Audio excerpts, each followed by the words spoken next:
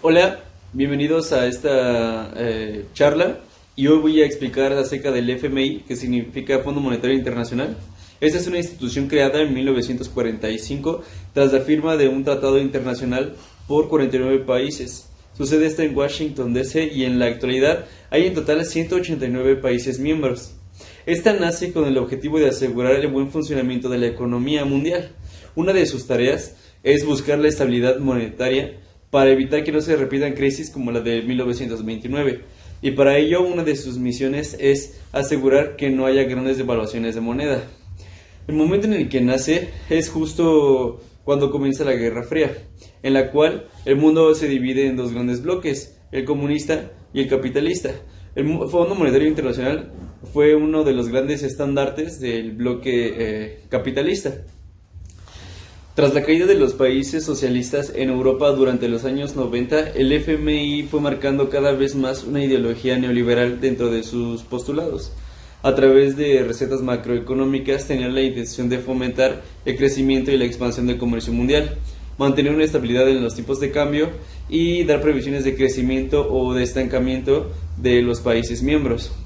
Para ello, lleva a cabo medidas como asesoramiento político, seguimiento de la evolución de estas mismas medidas financieras y económicas, y así como dar préstamos de carácter temporal para financiar medidas concretas.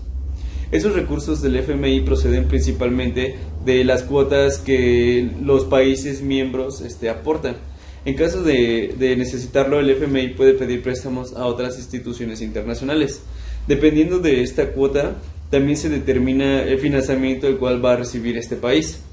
Los países miembros van a tener acceso al 25% de su cuota en caso de necesitarlo, como por ejemplo cuando tengan problemas en su tipo de cambio. En caso de necesitar más, se tiene que negociar un plan de estabilización con este país y tienen que ofrecer unas propuestas para asegurarse que van a devolver este dinero. Este es durante un lapso de 3 a 5 años.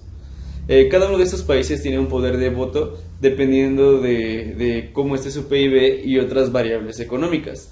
Es decir que no todos los países tienen el mismo voto para esta organización. Para que un préstamo se apruebe tiene que tener el 85% de los votos. Es por esto que algunos países en desarrollo critican su influencia en esa institución y creen que esta organización es una nueva forma de neocolonialismo. Por eso las grandes potencias regularmente toman estas decisiones, ya que por ejemplo Estados Unidos tiene el 17% de los votos y pues obviamente tiene un derecho de veto en el cual decide si se aprueban o no se aprueban. Si un país le pide ayuda financiera al FMI, este debe aceptar las condiciones que el FMI impone. Por eso es que su intervención no es solamente económica, monetaria, sino que también es política. A partir de la década de los 70, el FMI comenzó a realizar préstamos a países latinoamericanos de manera extendida para que estos pudieran refinanciar su deuda externa. La década siguiente, esta crisis de la deuda hizo que esos países volvieran a tomar más préstamos a cambio de que realizaran planes de ajuste que implicaban el desmantelamiento de todas las compañías paraestatales, apertura del comercio a países extranjeros, privatizaciones, reducción del gasto público, que es el gasto social, y pues así, en los 90 el FMI fue el impulsor de los planes y políticas neoliberales, que generó pues gran crecimiento en el desempleo, desigualdad en esos países, pobreza.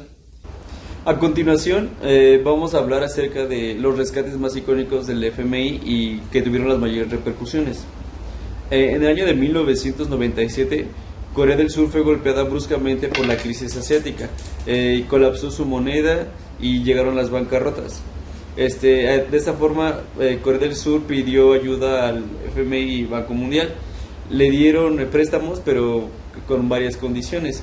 A cambio, el gobierno coreano tuvo que soportar condiciones difíciles como tasas de interés mucho más altas y reformas destinadas a abrir su economía. Año 1998 y 2002. En Brasil, el primer rescate sucedió inmediatamente después de la crisis financiera en Asia. que provocó el pánico en los inversores en este lado de América Latina. En este caso, el FMI y otros prestamistas quisieron evitar la crisis antes de que golpeara. Brasil, la economía más fuerte de América del Sur, recibió un paquete de ayuda para estabilizar a toda la región, pero a cambio se le pidió que recortara el gasto, aumentara los impuestos, pero el Congreso de Brasil rechazó estas medidas, pero de todos modos los préstamos se dieron. Así que la moneda empezó a devaluarse un 20%, y la deuda pública comenzó a crecer. Argentina en el año 2001, 2002 y en el 2019 sucedió 2 años después de una dramática recesión que dejó un gran desempleo. El rescate argentino se produce en un momento de una muy grave crisis, con un déficit presupuestario de 5.6 millones de dólares que concuerda con otros 15.000 millones debidos por deuda externa. Caen los mercados argentinos y se apresuran a pedir ayuda al Fondo Monetario Internacional. Esos préstamos se dan y esta vez le piden a Argentina que recorten todos sus gastos y aumentaran los impuestos. Esta austera estrategia produjo obviamente muchísimas protestas, y el país dejó de pagar pues sus pagos y los mercados argentinos colapsaron. Muchos argentinos se fueron al extranjero, sus ahorros se borraron, y pues bueno, en el 2003 el FMI y Argentina acordaron que solo iban a renegociar intereses de la deuda, y para esto todas las personas que tenían los tenedores de bonos pues perdieron su dinero. Después la presidenta Fernández de Kirchner prometió terminar de pagar a los acreedores internacionales las deudas que tenían. Así, durante más de una década, Argentina ya no tuvo ningún tipo de deuda con el Fondo Monetario Internacional hasta el 2019. 16 años después, bajo el mando de Macri, pide nuevamente una deuda con el Fondo Monetario Internacional. Y este desembolso coincide con una inflación del 5% que ha aumentado más del 30%, con una cotización que ha alcanzado hasta los 23 pesos por dólar. Esta crisis empezó a empeorar a todos los sectores de Argentina, y este último multimillonario desembolso ha sido para dar confianza a los inversores internacionales. Aún así, el FMI celebró la austeridad fiscal y esta férrea política monetaria aplicada por el gobierno de Macri, que según el FMI está rindiendo sus frutos en el combate contra la inflación. Esta inflación ya se redució en un porcentaje mínimo, y pues Argentina siempre ha luchado contra inestabilidad política y política económica y la inflación.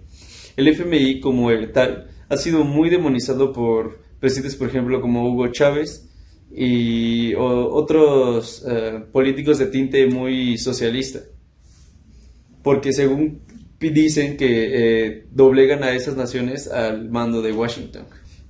Así, de esta manera, el FMI, al otorgar préstamos a los países y establecer condiciones en las cuales tienen que disminuir el gasto social, aumentar impuestos, causa un descontento social con la cual la población siente que ha perdido parte de su soberanía.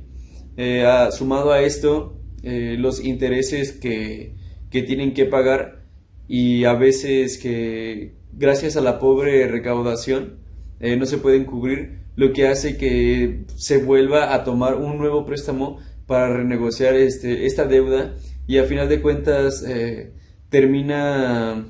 terminamos en un ciclo en el cual se renegocia la deuda para seguir pagando impuestos, y esas deudas jamás se terminan. De esta forma, estos países industrializados, como por ejemplo Estados Unidos, logran ventajas con estos países mediante este brazo que es el Fondo Monetario Internacional. Y pues bueno, eso sería todo desde mi presentación, y hasta luego.